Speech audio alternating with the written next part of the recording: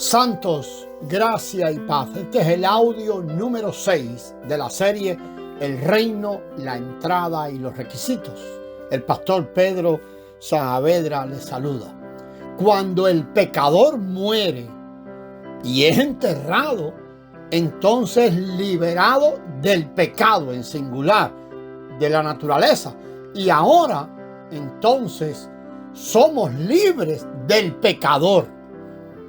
Es bueno ver que aunque le han perdonado sus pecados, todavía no lo han liberado del pecado hasta que muere con Cristo, es enterrado con Cristo y es resucitado con Cristo.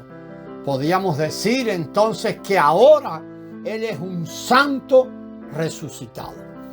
Vamos a leer Romanos 7, la porción de los versículos 22 y 23. Porque según el hombre interior me deleito en la ley de Dios, dice el versículo 22. El versículo 23 dice, pero veo otra ley en mis miembros que se rebela contra la ley de mi mente y que me lleva cautivo a la ley del pecado que está en mis miembros. Amados, Romanos 7 realmente presenta muchos, que podemos decirle, misterios extraños que no han sido descifrados claramente. Vamos a mirar Romanos 7 como una explicación de por qué la experiencia real de Romanos 6 es esencial para tratar con el problema del pecado, en singular. Hasta que el problema del pecado sea resuelto en nosotros experiencialmente o experimentalmente, anote bien esto, no intelectualmente, no. Repetimos, hasta que el problema del pecado sea resuelto en nosotros experimentalmente a través de una genuina muerte y sepultura, estará activamente funcionando la ley del pecado en nosotros, obrando en nuestros miembros. Ahora vamos a Romanos 7 de nuevo, la porción de los versículos 9 al 11. El 9 comienza así: y yo sin la ley vivía en un tiempo, pero venido el mandamiento, el pecado revivió y yo morí. Y hallé que el mismo mandamiento que era para vida, a mí me resultó para muerte. Porque el pecado, tomando ocasión por el mandamiento, me engañó y por él me mató. Es claro en lo leído que el guardar la ley de los mandamientos no provee defensa alguna contra la ley del pecado. ¿Por qué? Porque el pecado funcionó dentro de la persona independientemente de la ley externa de los mandamientos. Mientras el viejo hombre estaba vivo, la ley del pecado reinó en sus miembros y no había ningún remedio. Ahora, hasta que Jesús murió, no hubo ni podía haber ningún remedio. Solo a través de su muerte y sepultura hubo entonces una solución a la ley del pecado. Mientras que esta ley del pecado esté viva en nosotros, siempre estará obrando muerte en nosotros. Por lo tanto, la ley de vida tendrá un constante adversario dentro de nosotros. Miremos Romanos 7:5. Porque mientras estábamos en la carne, las pasiones pecaminosas que eran por la ley, obraban en nuestros miembros llevando fruto de muerte. Y Romanos 7:6. Pero ahora estamos libres de la ley por haber muerto para aquella en que estábamos sujetos. De modo que sirvamos bajo el régimen nuevo del Espíritu y no bajo el régimen viejo de la letra. La forma en que el apóstol Pablo dice allí que somos liberados de la ley de los mandamientos es a través de nuestra propia muerte. La muerte también nos liberará de la cautividad de la carne. Mire Romanos 7:4.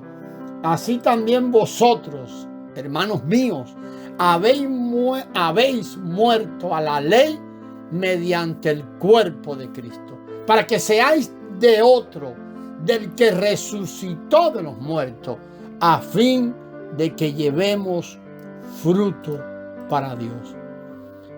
Esto es una declaración increíble, porque hablaba de Jesús como dos personas diferentes. Uno, quien había muerto a la ley, y otro, que fue levantado de entre los muertos. Solamente podemos hablar de vida unida cuando lo aplicamos a quien fue levantado de entre los muertos.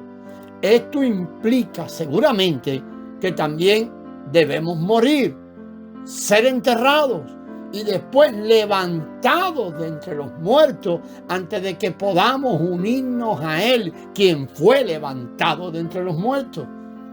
Este es otro aspecto del bautismo que no parece haber sido visto. Es llevar fruto para Dios, del que Pablo está hablando aquí.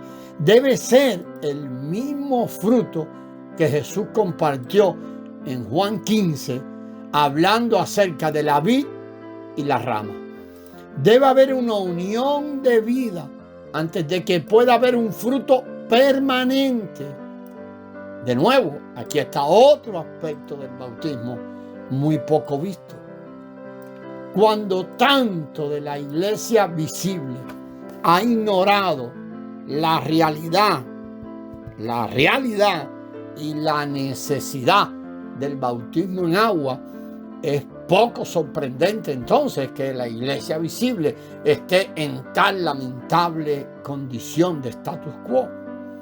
El intentar poner una línea de tiempo a esta verdad de Romanos 7 ha dado lugar a una confusión total en la aplicación de la realidad de esta verdad. Hemos oído, hemos participado en ocasiones de seminarios, horas y horas, y todo giraba alrededor de la pregunta: ¿fue antes o después de que Pablo fuera salvo? La experiencia que él está dejándonos ver en Romanos 7, como decimos, intentando poner una línea de tiempo a esta verdad, y lo que ha habido como resultado es confusión en su aplicación.